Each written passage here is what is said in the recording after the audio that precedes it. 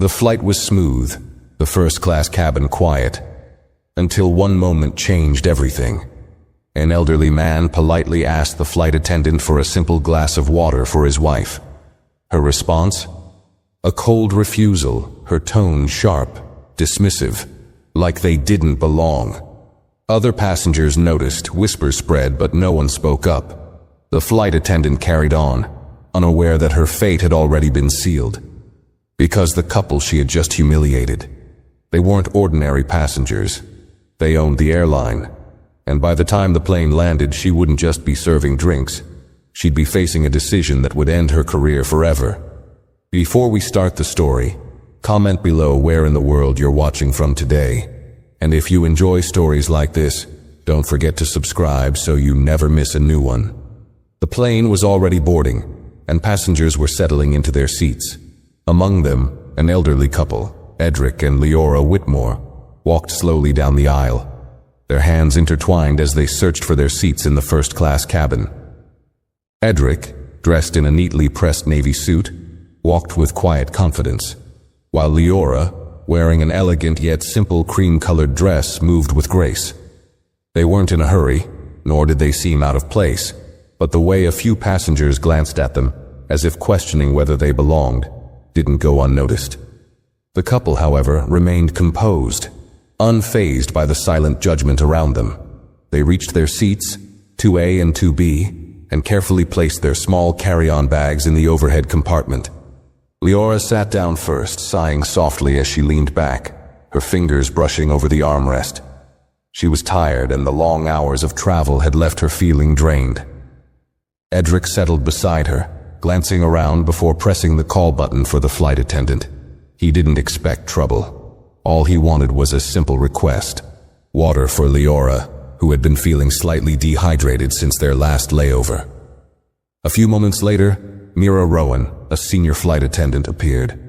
Her uniform was crisp and her posture was straight, but her eyes held something else, a quiet air of superiority.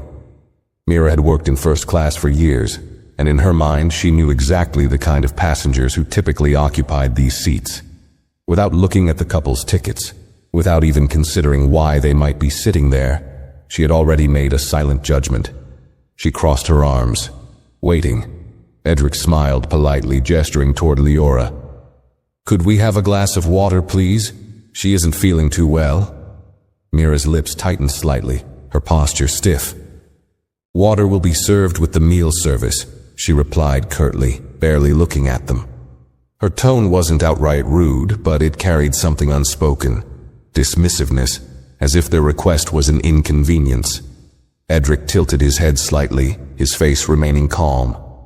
"I understand, but she just needs a small sip.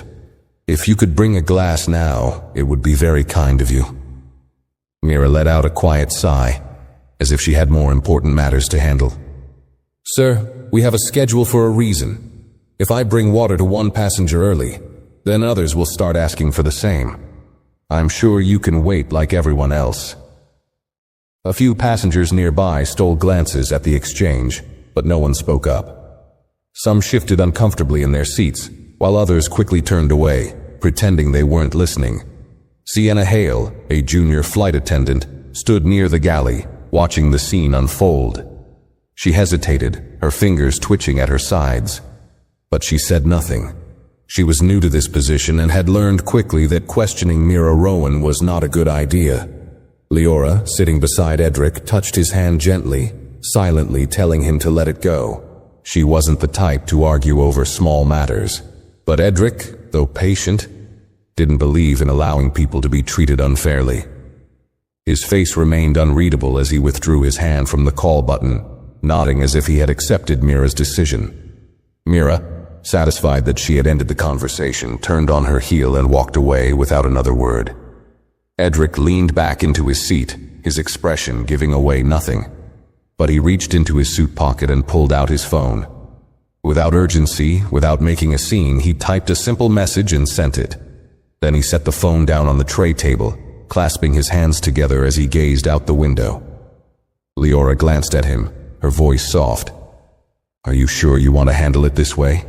Edric smiled faintly, his voice just as quiet. She'll learn soon enough. The moment had already passed, but something lingered in the air, something Mira Rowan had failed to notice. This wasn't over, not even close.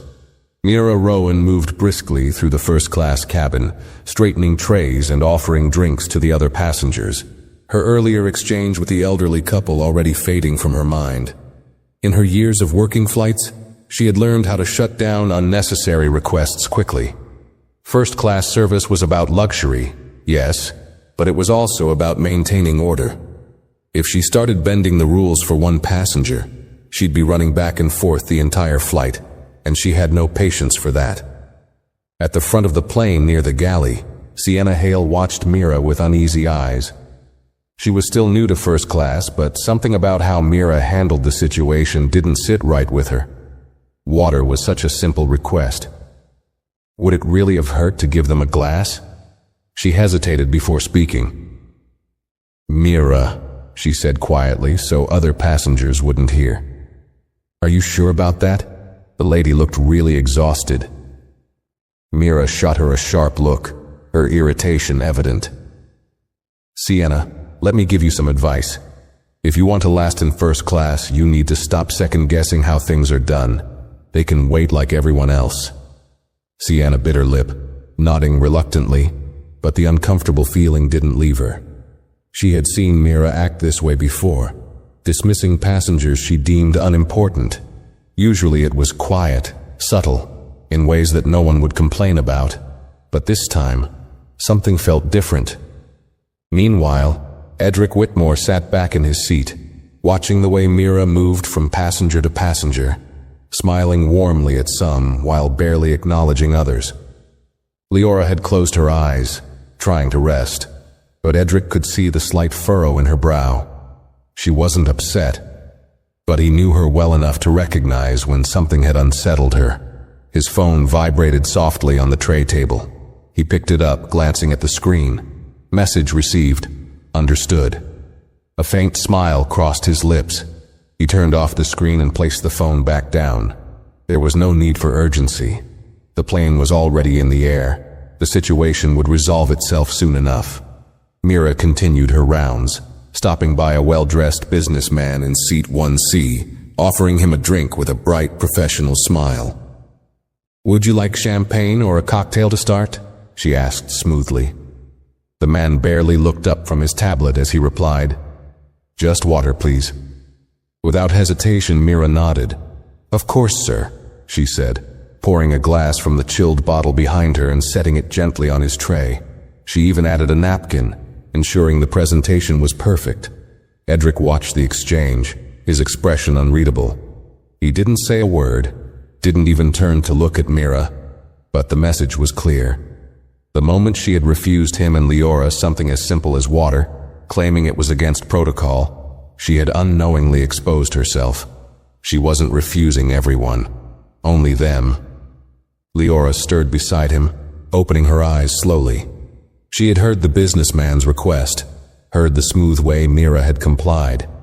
She didn't react, simply rested a hand on Edric's arm, feeling the quiet strength in him. Sienna, standing a few feet away, had also noticed. Her stomach twisted slightly as she watched Mira move through the cabin with effortless charm, catering to certain passengers while others were barely acknowledged. Before she could stop herself, she took a small step forward and whispered, "Mira, I thought you said water would only be served with the meal." Mira barely spared her a glance. "That's different," she said under her breath. "He's a regular in first class." Sienna's breath caught in her throat. The way Mira said it so casually, as if it was an unspoken rule everyone should understand, made something inside her tighten. She wanted to say more, but she knew it wouldn't make a difference. Mira was senior staff, and questioning her too much could put Sienna's own job at risk. Across the cabin, Edric calmly picked up his phone again. He typed another brief message before setting it down once more. "Make sure the captain is informed. No confrontation. Let her finish her work." Leora exhaled softly, her voice quiet enough that only Edric could hear. "She still doesn't know, does she?" Edric's lips curved slightly. "Not yet." The plane continued soaring through the sky, steady and uninterrupted. But inside the cabin, something had already started shifting, and Mira Rowan had no idea that her time in control was running out. Mira moved through the first-class cabin with confidence, unaware of the quiet storm brewing around her. She had done this job for years, and in her mind, she knew exactly how things worked. Some passengers were worth extra attention, those who flew frequently, those who looked like they belonged. Others, well, they were just filling seats. She didn't look twice at Edric and Leora Whitmore as she continued her routine. In her mind, they had been handled. They weren't troublemakers, just an elderly couple who had probably saved up for this one flight. She had no intention of giving them another second of her time. Edric sat calmly, his hands folded in his lap. He didn't look irritated or impatient. In fact, he looked perfectly at ease. But inside, he was measuring every moment, every choice Mira was making. Leora remained quiet beside him, but he knew she was paying attention as well. A soft ping sounded over the intercom, and a deep, steady voice came through. "Ms. Rowan, please report to the cockpit." Mira frowned slightly, but she didn't hesitate. She straightened her uniform and walked briskly to the front of the plane, disappearing behind the cockpit door. Sienna, who had been watching everything unfold, swallowed hard. Something was happening. Inside the cockpit, Captain Roland Vance turned to face Mira as she stepped inside. His expression was unreadable, but there was a certain weight in his eyes. On the screen in front of him, the in-flight phone was connected to an executive call. Mira's stomach twisted slightly. She had never been called in here mid-flight before. The voice on the other end of the line was calm but firm. "Ms. Rowan, we received a priority communication regarding your service in first class. We need you to clarify a situation." Mira stiffened. "Of course, sir. What's the issue?" There was a pause. Then the voice continued. "An elderly couple in seats 2A and 2B requested water before the meal service. You denied them." Mira's heartbeat quickened. "Yes, but you later served water to another passenger without issue." The cockpit felt smaller now, the air heavier. Mira straightened, trying to keep her voice composed. "Well, he's a frequent first-class flyer. I was following standard service practices." Captain Vance gave her a long, unreadable look before pressing a button to unmute the call. "Ms. Rowan, do you know who the couple in 2A and 2B are?" Mira blinked, confused by the question. "No, I don't," the voice on the other end of the call answered before she could finish. "Edric and Leora Whitmore. They own the airline." Mira felt the floor drop from beneath her. Her mouth went dry. Her mind raced back to the way she had spoken to them, the way she had dismissed them without a second thought. She had refused service to the very people who had built the airline she worked for. The voice on the call continued, no longer neutral, but ice cold. "You will return to them immediately. You will correct your mistake, and when we land, you will be required to explain your actions to the executive board. Do you understand?" Mira swallowed, her throat dry. Yes, sir." Captain Vance exhaled sharply and turned back to his controls. "Then you'd better get back to work." Mira turned and walked out of the cockpit, her legs suddenly feeling much heavier. The weight of what she had done was finally sinking in, and she had no idea how much worse it was about to get.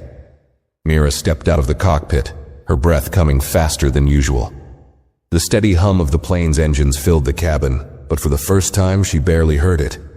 Her mind raced, replaying every word from the executive call. She had humiliated the owners of the airline. Her stomach twisted, but she forced herself to keep her expression neutral.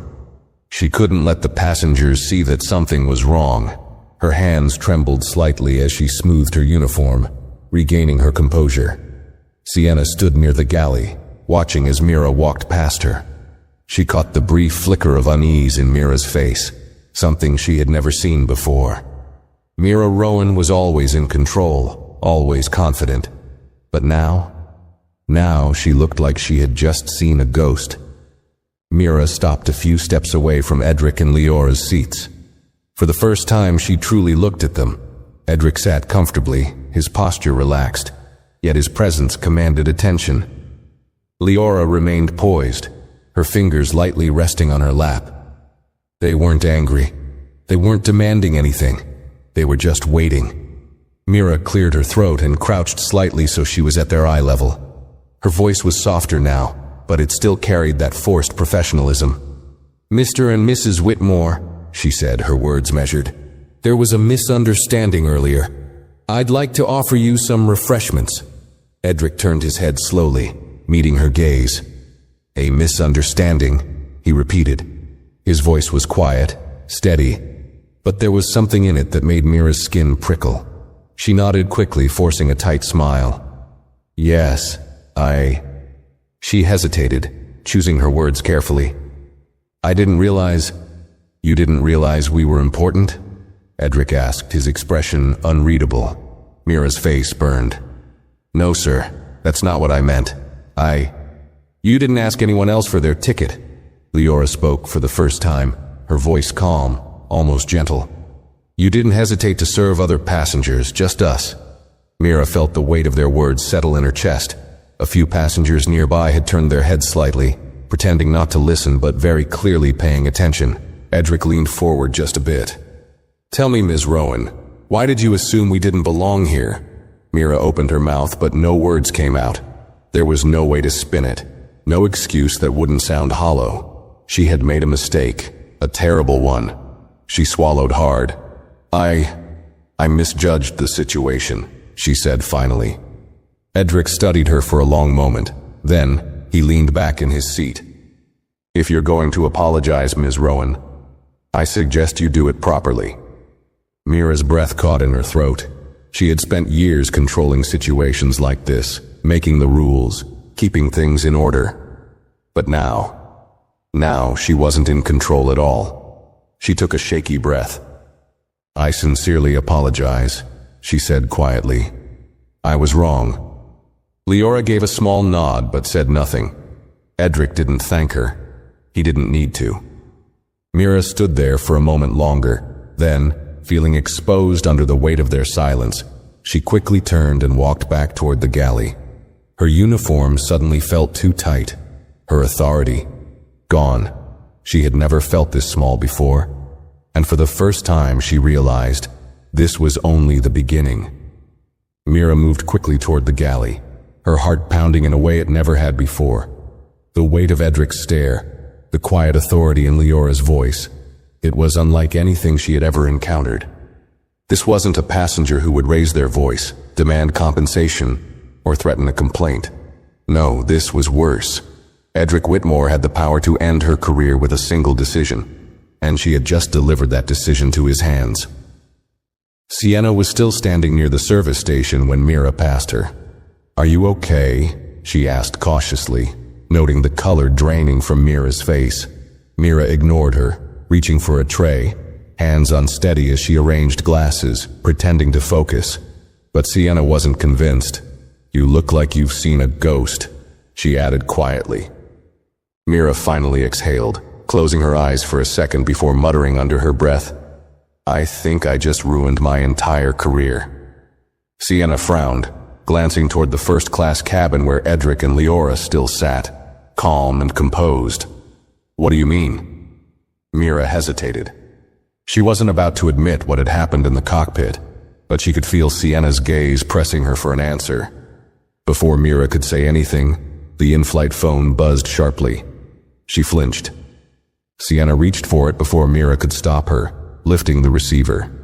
"First-class galley," she said professionally. Then she paused, her eyebrows raising slightly. "Yes, she's here." She held out the phone to Mira. "It's for you." Mira's stomach twisted as she took the receiver. Her voice came out quieter than she intended. "This is Mira Rowan." The voice on the other end was clipped and direct. "Ms. Rowan, the executive team has been briefed. You are to report to the boardroom immediately after landing. Mr. Whitmore has requested a full review of this incident. There will be a disciplinary hearing." Mira felt like the air had been knocked out of her chest. "I acknowledged," the voice interrupted. Mira swallowed hard. "Yes, acknowledged." The call cut off. Her grip tightened around the receiver before she slowly set it back in place. Sienna had been watching closely. What was that about? Mira turned to her sharply. Nothing. Just focus on the service. But she knew. She had spent years climbing her way up in this airline. Years enforcing rules, taking charge, believing she was untouchable. And now, in a matter of hours, it was all slipping through her fingers. She inhaled deeply, forcing herself to stand straighter, to keep moving, to pretend like she still had control. But deep down, she knew the truth. She had lost control the moment she chose the wrong passengers to dismiss. And there was no undoing it now. Mira's hands trembled slightly as she picked up a tray of drinks, forcing herself to keep moving. She needed to appear normal, to act as though nothing was wrong, but the weight in her chest was growing heavier with each passing second. She had handled difficult passengers before, had diffused tense situations, had even received complaints in the past. But this was different. This wasn't just about a mistake. This was about who she had chosen to dismiss. She walked back into the first-class cabin, careful to keep her expression neutral. Edric Whitmore was still seated comfortably, his fingers lightly tapping against the armrest. He looked entirely at ease, as though he had already forgotten the earlier exchange. But Mira knew better. Leora sat beside him, flipping through the in-flight magazine, the picture of quiet elegance. Mira avoided making eye contact with them as she moved past, stopping at row 3 where another passenger had signaled for a drink. She smiled politely, forcing her voice into its usual pleasant tone. "Can I get you anything?" The man requested a coffee, and she nodded quickly, relieved to have something to do. She turned back toward the galley, her mind racing. Passengers were beginning to take notice. Not all of them had seen the earlier exchange, but whispers had started spreading. A woman across the aisle had leaned toward her husband, murmuring under her breath. A man a few rows back kept glancing between Mira and the Whitmores, as if putting the pieces together. Even if she wanted to pretend nothing had happened, it was clear now.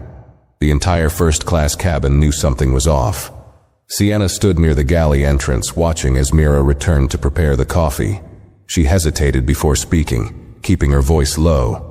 "I know you don't want to talk, but I think you should be prepared." Mira stiffened. "For what?" Sienna bit her lip, choosing her words carefully. "You embarrassed them, and now people are realizing it. They're whispering, watching. You might think this is just between you and them, but passengers are paying attention." Mira's chest tightened. She wanted to snap at Sienna, to tell her to mind her own business, but deep down she knew the younger flight attendant was right. She had controlled the situation earlier, or at least she thought she had.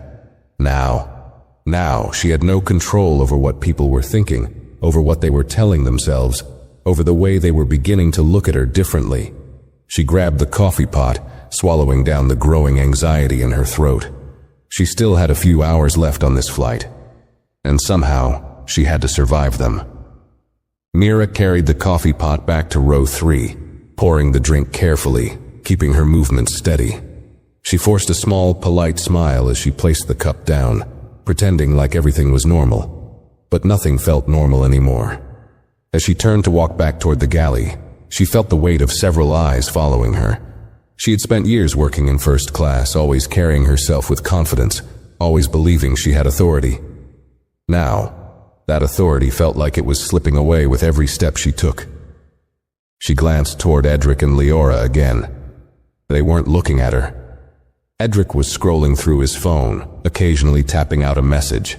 Leora, calm as ever, was sipping from a glass of sparkling water, one she had received from another flight attendant after Mira's earlier refusal. The realization stung. Someone else had served them. Someone else had done the job she should have done. Mira took a deep breath, steeling herself before returning to the galley. But just as she passed row 1, a passenger, a middle-aged woman in a tailored blazer, spoke up. "Excuse me." Mira turned, her practiced smile returning. "Yes, ma'am? How can I assist you?" The woman's expression was polite, but her tone held something else, something knowing. "I was just wondering, When exactly did the rules change about when water can be served? Mira's stomach flipped. She kept her smile in place. I'm sorry. The woman gestured subtly toward Edric and Leora. Because I heard what you told them earlier, and then I saw you serve water to another passenger 5 minutes later. She tilted her head slightly. Just curious what the policy is, since it seems to change depending on who's asking. Mira's grip on her tray tightened. Her throat felt dry. She wasn't just being questioned. She was being called out.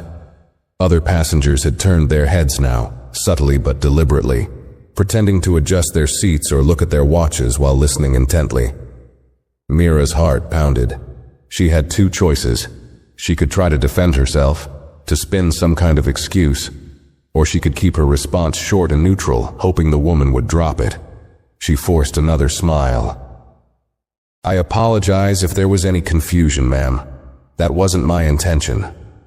The woman raised an eyebrow, unconvinced. Mira felt the tension pressing down on her. Every second felt heavier, the stares sharper. She needed to get out of this moment before it spiraled further. Would you like anything to drink? She asked quickly, hoping to shift the conversation. The woman let the silence stretch just a little too long before finally giving a slow nod. Just water. Mira clenched her jaw but nodded. Of course. She hurried back toward the galley, her pulse hammering in her ears. Sienna was already there, watching everything unfold. So, she said carefully, keeping her voice low. That went well. Mira shot her a sharp look. Drop it.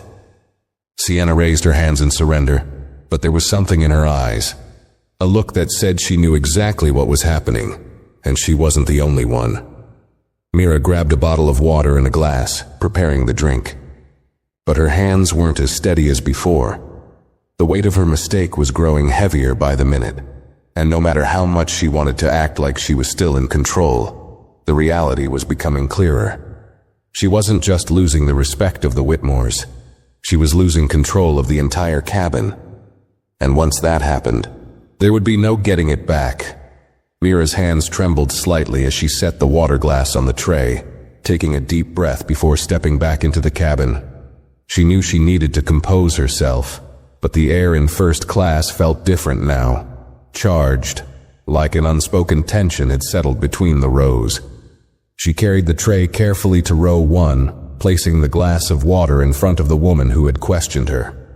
She expected the woman to say something, maybe push the issue further, but instead she simply took the glass, gave Mira a knowing look, and returned to reading her book.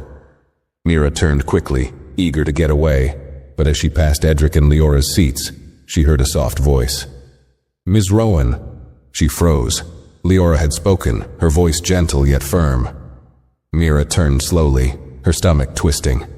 She didn't want to meet the woman's eyes, but she had no choice. Leora set her magazine aside, looking up at her with the same quiet grace she had maintained throughout the entire flight. How much longer until we land?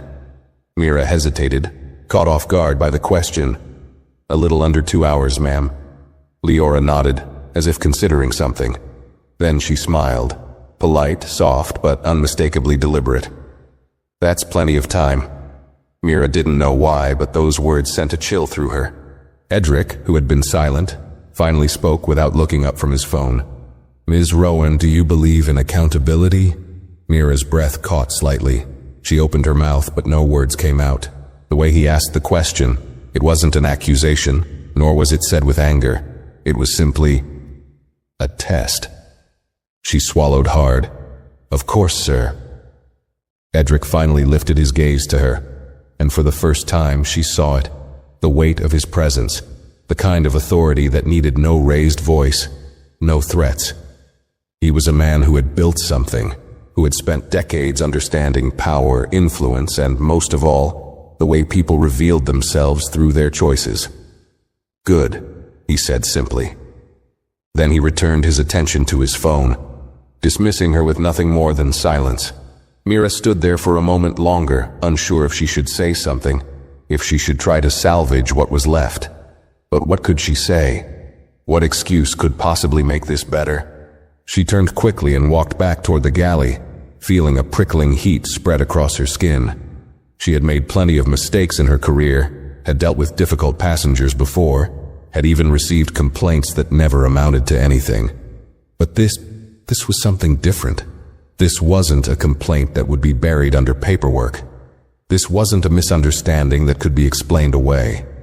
She had treated Edric and Leora Whitmore unfairly, not because of policy, not because of airline rules, but because of a decision she had made, one that was now unraveling her authority in front of an entire cabin of people. And the worst part? She wasn't sure if there was anything she could do to stop it. The in-flight phone rang again. Sienna picked it up this time, her expression tightening as she listened to the voice on the other end. Then she glanced at Mira, hesitating before holding out the receiver. "It's for you," she said, her voice unreadable. Mira's stomach turned. She knew who it would be before she even lifted the phone to her ear. "This is Mira Rowan," she said, her voice barely above a whisper. The response was immediate. "This is Dominic Carter, head of cabin crew operations." Mira squeezed her eyes shut for a brief second. She had never spoken to Dominic Carter directly before. He was 2 levels above her in the airline's hierarchy. Someone who handled serious matters, not minor infractions. He continued without waiting for her response. "Upon landing, you will report directly to the executive boardroom. There will be a formal review of your conduct on this flight, do you understand?" Mira's throat went dry. Yes, sir." There was a brief silence. Then, his voice dropped slightly, carrying a weight she couldn't ignore. "You should know something, Ms. Rowan. Mr. Whitmore isn't the type to demand punishments." Mira felt a small flicker of hope, but it was crushed by his next words. "He's the type to change policies." Mira's breath hitched. This wasn't just about her anymore. This was about the way she had handled this flight becoming a turning point in airline policy. Dominic Carter continued, "Do not approach the Whitmores again. Your interaction with them is over. The executive team will handle the rest." The call disconnected. Mira lowered the phone slowly, her hands ice cold. Sienna was still watching her. She had heard enough to understand. "Are you—" Sienna started, but Mira didn't let her finish. "I don't want to talk," she snapped, her voice sharper than she intended. She turned away, gripping the edge of the counter as the weight of the situation crashed down on her. For years, she had carried herself with control, had believed she was the one with the authority. Now she wasn't even allowed to speak to the passengers she had wronged.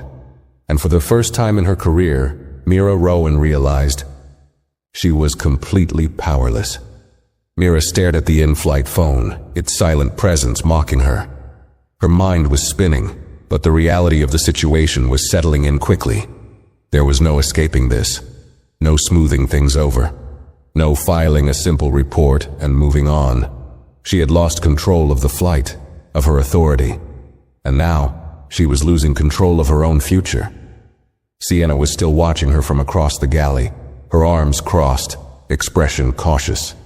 She wanted to say something, that much was obvious, but she knew better than to push Mira when she was in this state. Mira's breath came in slow, shaky exhales. She needed to regain composure. She needed to act like none of this was happening, like she wasn't moments away from a career-ending disciplinary hearing. With rigid movements, she reached for a tray of meal service items, pretending to focus on arranging them, as if she could make herself disappear by keeping busy. Sienna sighed quietly, stepping forward. "You do realize what's happening, don't you?" Mira clenched her jaw. "Not now, Sienna." "No, I think now is the perfect time," Sienna said, her voice careful but firm. "Because you keep acting like this is just a bad passenger interaction, like it's going to go away when we land." Mira's hands tightened around the tray. Sienna exhaled, lowering her voice. "You didn't just insult any first-class passenger, Mira. You dismissed Edric and Leora Whitmore, the people who own the airline." Mira flinched at the words. She knew them already, but hearing them said out loud made the weight even heavier. Sienna shook her head. "Do you know what that means?" she pressed. "It means that whatever happens when we land isn't just about you. It's about what changes because of you." Mira's stomach churned, but she didn't answer. Sienna took another step forward. "I've seen you ignore passengers before. I've seen you make those little choices, the ones where you decide who gets special treatment and who doesn't." She paused, looking at Mira directly. "But this time, you made the wrong choice, and now everyone is watching." Mira's eyes snapped to hers, the tension between them thick and unspoken. Sienna was right. Mira had always been careful, always subtle. But this time she had chosen the wrong people to dismiss, and now the consequences were unfolding in real time. Passengers in first class were whispering. She could feel their stares, the shift in energy. They had seen what happened. They had noticed the inconsistency, the unfairness. And now, even if none of them spoke up directly, they would remember. And if they remembered, they would talk. She had seen it happen before. One viral social media post, one passenger recounting the story to the right person. And suddenly, a minor incident turned into a company-wide scandal. Her chest tightened. She needed to think. She needed a way out of this. Mira pressed her fingers against her temple, inhaling deeply. "I can fix this," she muttered, half to herself. No," Sienna cut in, shaking her head.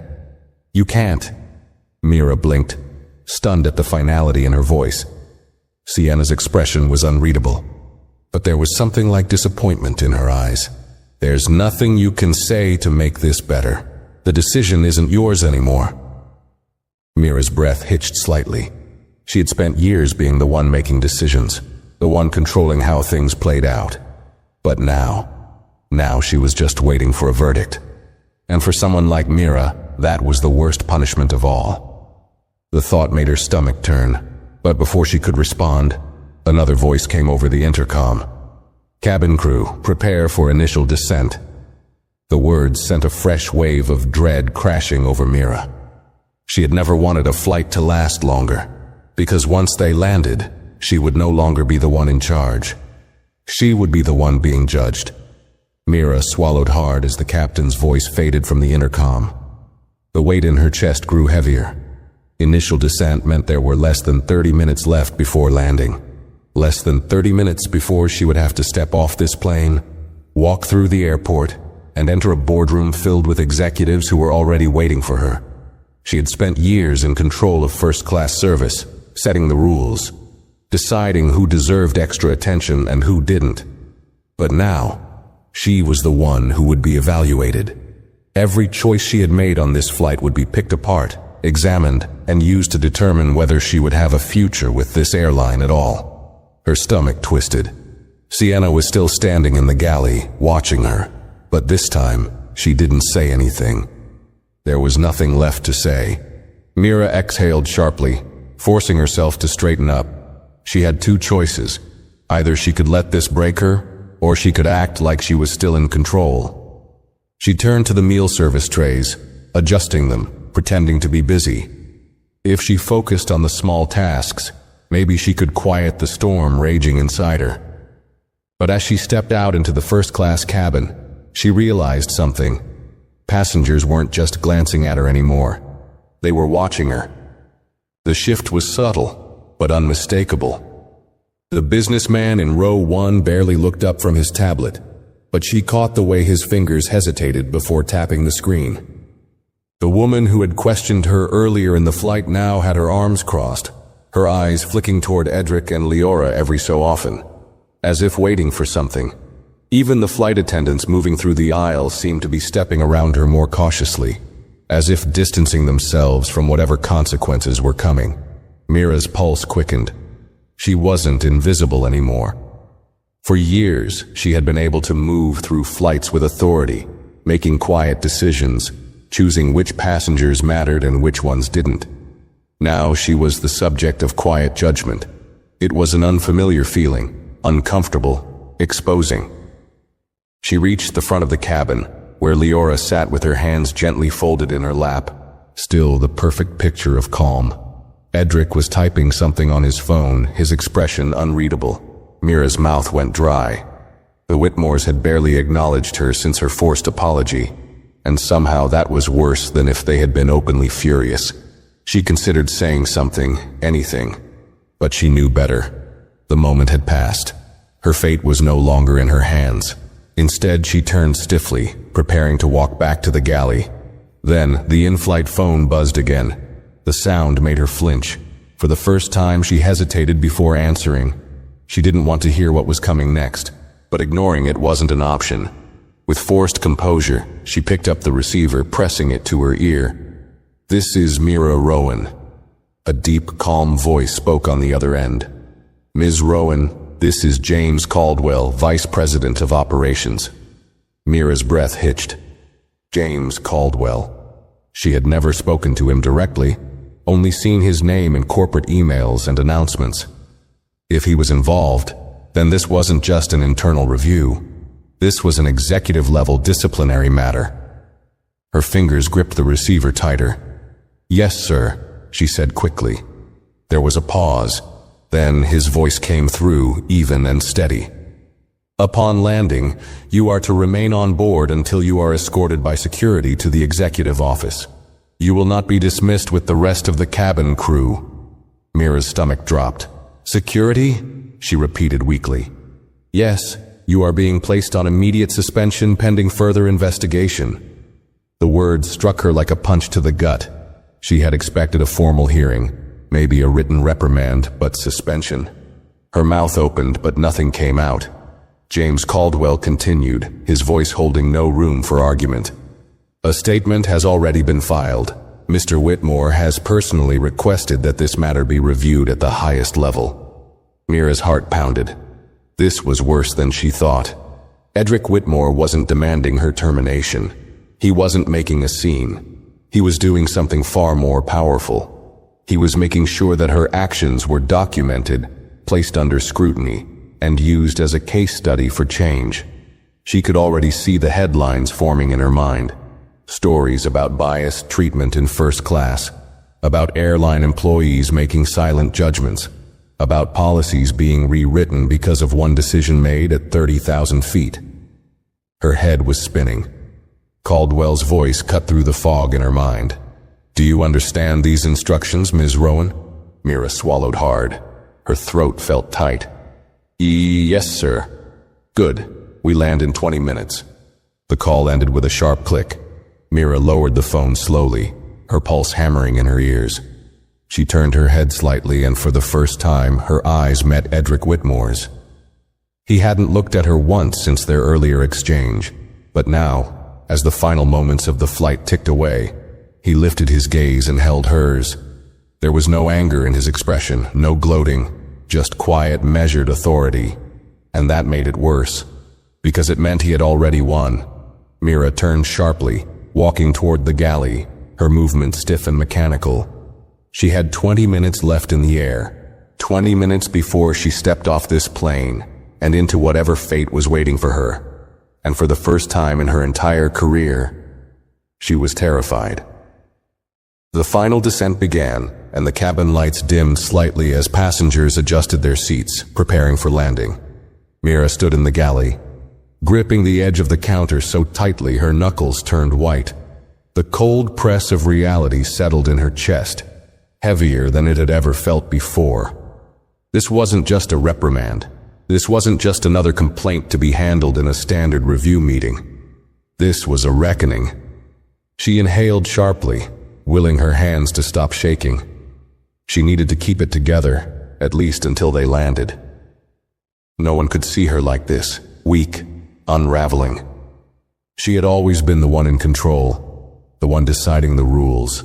But now she was nothing more than a symbol of everything wrong with the system. The airline executives weren't just looking at her as an employee who had made a mistake. They were looking at her as the example, the case study, the warning. And Edric Whitmore. He hadn't raised his voice. He hadn't demanded an apology. He had done something far worse. He had set something in motion. Mira turned her head slightly, peering out into the first-class cabin.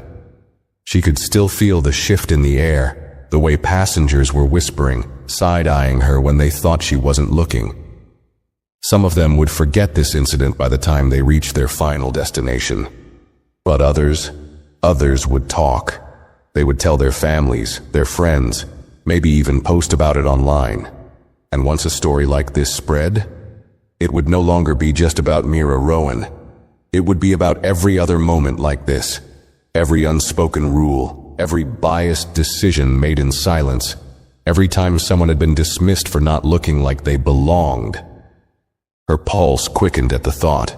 Sienna was still watching her from across the galley, but this time she didn't say anything. There was no need. The look in her eyes was enough. Mira turned away sharply, unable to face that knowing expression. The final announcement came through the intercom. "Ladies and gentlemen, we are making our final approach. Please ensure your seatbelts are fastened, your tray tables are up, and all carry-on items are securely stowed." Passengers shifted in their seats, adjusting themselves, preparing for the familiar jolt of wheels hitting the tarmac. For most of them, this was just another flight. For Mira, it was the last few minutes of her career as she knew it. Her breath came out slow, uneven. And then, it happened.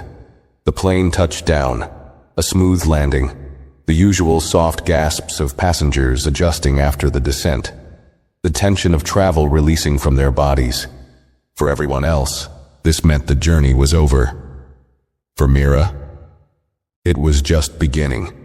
She remained frozen in place, her stomach twisting with each second that passed. She could hear the seatbelt signs ding off, the soft rustling of passengers reaching for their bags, the quiet murmurs of conversation filling the air again. She could almost pretend that this was just a normal landing, until she saw them, the security officers.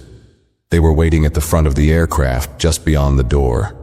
Two of them, standing stiffly in their uniforms, their eyes fixed on the entrance as if they were waiting for someone. Waiting for her. Mira's body went cold. This wasn't just a suspension.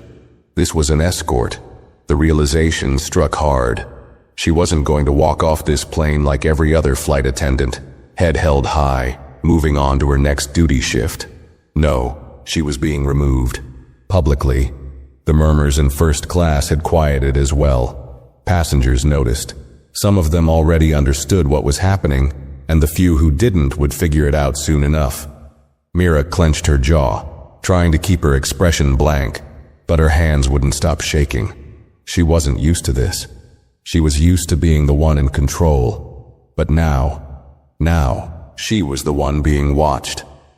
She turned her head slightly, her gaze landing on Edric and Leora Whitmore. They had not moved. They were still seated, still composed, as if they had known all along how this flight was going to end for her. Edric looked at his watch, not out of impatience, not out of arrogance, just a quiet confirmation that things were moving as they should. Leora's eyes met Mira's. For a second there was no tension, no hostility, just understanding. And that was somehow worse. Mira wanted them to be angry, to be demanding, to be loud. She wanted something that she could fight back against, something she could explain away. But this was justice moving forward without her. Mira sucked in a breath, bracing herself. She had no choice now. The doors of the aircraft opened. Passengers in first class slowly stood, some of them sneaking glances at her, others pretending not to notice, though their curiosity was clear. Mira remained in place. She knew what was coming. One of the security officers stepped forward, stopping just beside her. His voice was calm, professional. "Ms. Rowan, please come with us." The final confirmation. This wasn't a request. Mira's chest tightened, but she nodded stiffly. Without a word, she stepped forward, walking past rows of passengers who had once seen her as someone with authority. Now, they saw her as someone who had lost everything. She walked down the aisle, her steps forced and rigid. No one stopped her. No one spoke up for her. And as she stepped off the aircraft, leaving the first-class cabin behind, she realized something. It had never been about the water. It had never been about a single mistake. It had always been about the choice she made, and the people she made it against. And now, she would have to live with that choice forever. Mira stepped into the jet bridge, the cold artificial air hitting her like a slap. The distant hum of the airport buzzed through the walls, but inside, it was silent. Uncomfortably so. The security officers flanked her on either side, walking in sync with her stiff, measured steps. She had always walked through airports with confidence, wearing her uniform like a badge of authority. But now she felt like a prisoner being marched to sentencing. Her mind raced. There had to be a way out of this, a way to spin the story, to downplay what had happened, to salvage what was left of her career. Maybe if she presented it as a misunderstanding, maybe if she showed that she had been following protocol. But deep down, she knew. This wasn't about protocol. This wasn't about whether she had followed airline policy. This was about how she had used her authority. And now, the people who had given her that authority were taking it away. The doors at the end of the jet bridge slid open, revealing the terminal. Mira's breath hitched when she saw them. 2 airline executives waiting just beyond security clearance. One of them, a tall man with silver-streaked hair and a sharp suit, James Caldwell, Vice President of Operations, stood with his hands clasped in front of him. He didn't need to say anything for Mira to understand. This was no longer just an internal review. Next to him stood Dominic Carter, head of cabin crew operations. His expression was unreadable, but Mira could already tell. He wasn't here to listen to excuses. Passengers from the flight had begun filtering into the terminal behind her, some of them catching sight of the scene unfolding in front of them. She saw a few murmuring to each other. Some had already pulled out their phones. Mira felt a prickle of panic. Were they recording? She could already see the headlines, the social media posts, the speculation. First-class flight attendant escorted off plane by security after dispute with airline owners. The thought made her feel sick. James Caldwell turned, his gaze landing on Mira, cool and assessing. "Ms. Rowan," he said, his tone calm but firm. "Follow us." The security officer stepped aside, and Mira hesitated for just a second before forcing her legs to move. She kept her shoulders straight, her face neutral. But inside, her mind was spiraling. She followed Caldwell and Carter through a set of private airport corridors, away from the public eye. The walls were stark white, the overhead lights too bright. Each step echoed, a steady drumbeat counting down to whatever fate was waiting for her at the end of this hallway. After a few minutes, they stopped in front of a frosted glass door with a metal plaque, Executive Review Room. Caldwell swiped his badge and pushed the door open. Inside, a long, sleek conference table stretched across the room. 3 other executives were already seated, their faces unreadable. And at the head of the table sat Edric Whitmore. Mira's breath caught in her throat. This was worse than she imagined. This wasn't just a disciplinary review. This was personal. The weight of what she had done settled fully onto her shoulders. She had assumed Edric Whitmore and his wife didn't belong. And now? She was standing in his space, on his terms. Caldwell gestured to a seat across from Edric. "Sit." Mira hesitated. Every instinct told her to run, to escape the crushing weight of judgment pressing down on her. But there was nowhere left to run. She pulled out the chair and sat. Edric Whitmore sat back in his chair, calm, composed, unreadable. He studied her for a long moment, his fingers steepled together. Then finally, he spoke. "Ms. Rowan," he said, his voice even. "Do you know why you're here?" Mira's throat tightened. "Yes, sir." He nodded slowly. "Good." Another pause. Then Edric leaned forward slightly. "Now tell me," he said, his voice steady, carrying the full weight of who he was. "Why did you think we didn't belong?" Mira's heart pounded so loudly, she thought it might shake the walls. Because there was no right answer to that question, and there never had been. Mira's throat felt dry, her palms clammy against the smooth surface of the conference table. The air in the room felt heavier than it should have, the silence stretching between her and Edric Whitmore like an unbearable weight pressing down on her chest. She had faced difficult conversations before, angry passengers, impatient executives, tense discussions with crew members. But never had she sat across from a man who could single-handedly determine her entire future with just a few words. Edric's gaze was unwavering, patient, yet unrelenting. "Why did you think we didn't belong?" The question echoed in her head, bouncing off every excuse, every justification she had rehearsed before stepping into this room. But none of them fit, because there was no reasonable explanation, none that wouldn't make her look worse than she already did. Mira swallowed hard, her fingers tightening around the hem of her uniform skirt. She glanced around the room, searching for anything, anyone, who might ease the unbearable tension sitting on her shoulders. James Caldwell and Dominic Carter sat on either side of Edric, both waiting, their faces unreadable. The three other executives, whose names she barely knew, observed her in silence. But the worst part? Leora Whitmore was there too. She sat a few seats down, elegant as ever, her fingers lightly resting against a white ceramic cup of tea, which someone had placed in front of her. Unlike Edric, she wasn't looking at Mira with scrutiny. No, her expression was something far worse. Disappointment. Mira forced herself to answer. I didn't mean...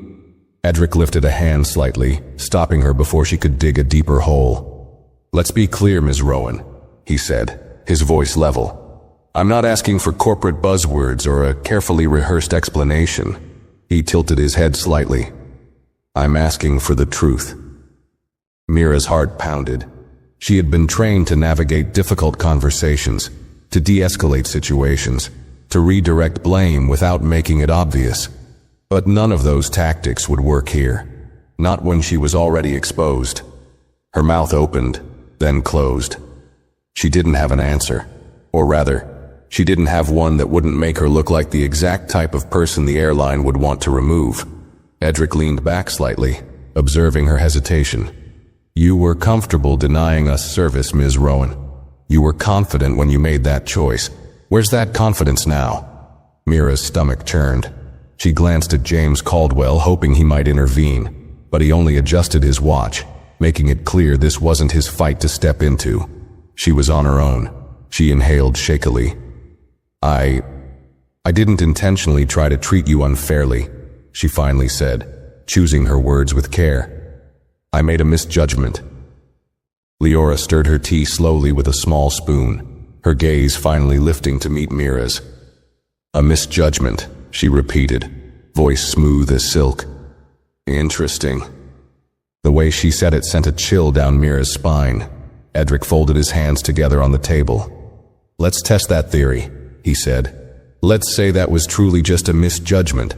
He gave a small nod. "Then tell me, Ms. Rowan, how often do you misjudge first-class passengers?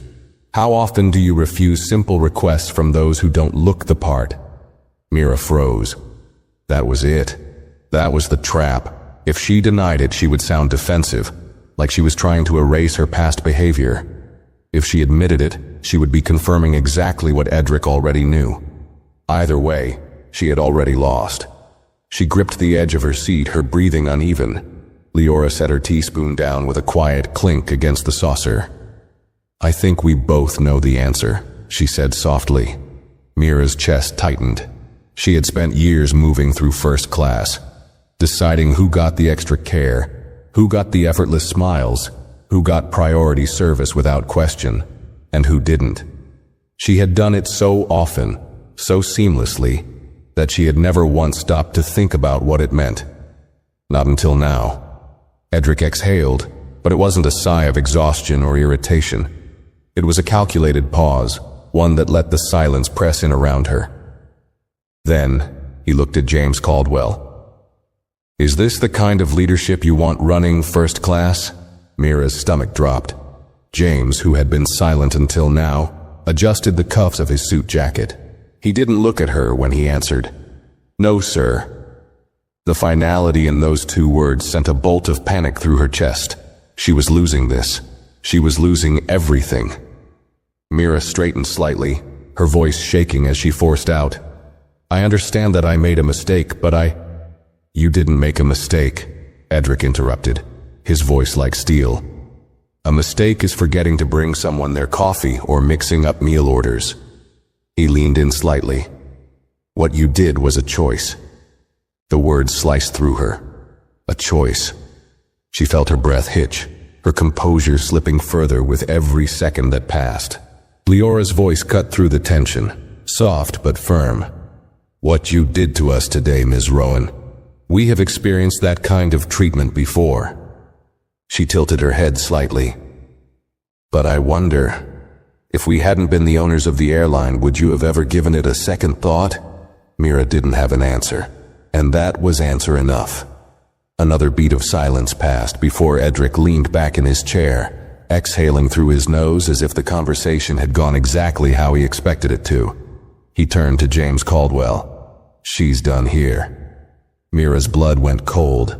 Caldwell nodded, his expression unreadable. "Effective immediately, Mira Rowan's employment with the airline is terminated." Mira's hands shook violently under the table. "Please," she said, her voice barely above a whisper. "Isn't there?"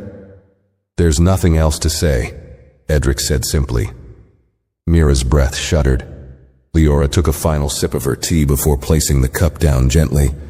"I suggest you take some time to think about what kind of person you've chosen to be," she said.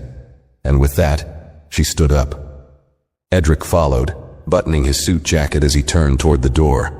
The rest of the executives followed.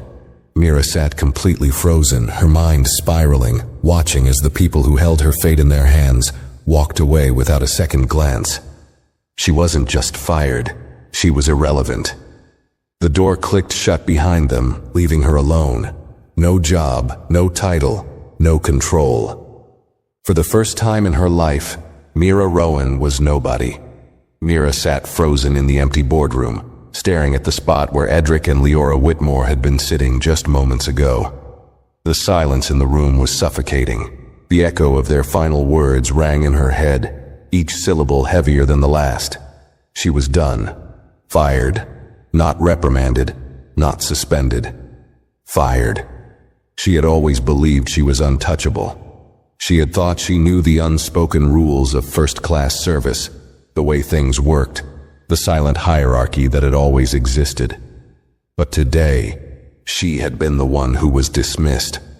The weight of the moment pressed down on her, making it hard to breathe. Her fingers curled into fists, nails digging into her palms. This wasn't supposed to happen. All she had done was follow the same patterns, the same quiet choices she had made for years. She hadn't thought twice when she refused Edric and Leora water. She hadn't felt like she was doing anything wrong. But now she could see it. Now she could hear the deafening silence that had followed her decision. She had ignored the way passengers had started watching her differently. She had brushed off Sienna's hesitation, the way her colleague had tried to warn her. She had refused to acknowledge what was right in front of her, and now she was paying the price. Her heart pounded as the full magnitude of what had just happened hit her. It wasn't just that she had lost her job. It was that her name, her face, would now be tied to something much bigger than her. She could already imagine it. Passengers would talk. Word would spread. A first-class flight attendant, fired after mistreating the airline's owners. But that wouldn't be the real story. The real story would be about how she got there. How many people had she treated differently over the years? How many passengers had sat in those seats, felt the weight of her silent judgment, and said nothing? How many times had she dismissed someone, convinced they weren't important enough to matter? Her stomach twisted, because for the first time she realized this had never been about Edric and Leora Whitmore. This was about everyone else, all the passengers before them, all the quiet injustices, all the choices she had made without a second thought. And now she was nothing more than a reminder, a name attached to a case that would be used in training programs, in corporate meetings, in discussions about bias in the airline industry. She was no longer Mira Rowan, senior flight attendant. She was Mira Rowan, the lesson. A sharp knock at the door made her flinch. The door swung open, and one of the security officers stepped in. His face was unreadable, professional. "Ms. Rowan," he said, "we need to escort you out now." Her mouth felt dry. She nodded slowly, forcing herself to stand. Her legs felt unsteady as she stepped forward, her uniform suddenly feeling too tight, too heavy. The walk through the private corridors of the airport was agonizingly long. The security officer didn't speak, neither did she. When they reached the crew exit, Mira hesitated for half a second before stepping outside. The bright airport lights felt harsh against her skin. The airport staff walking by didn't even glance in her direction. She had been a presence before, someone passengers relied on, someone crew members looked to for direction. Now, she was just another face in the crowd. No uniform, no authority, no job. Just Mira Rowan, another person walking out of an airport. She turned her head slightly, her eyes landing on a large digital display board near the terminal entrance. A new announcement had just been posted. Whitmore Airlines implements new first-class service policy, stricter bias training for all cabin crew effective immediately. Mira's breath caught in her throat. Her hands trembled as she stared at the words, the reality of them sinking in. It was done. Her actions weren't just noticed. They had changed the airline. A policy rewrite, a shift in how things would be handled from now on, and her name would never be forgotten. She took a slow, shaky step forward. But there was no destination for her now, no uniform to return to, no flight schedule, no next assignment. She had spent her entire career believing she was the one with control. Now, she was just another person watching the world move on without her.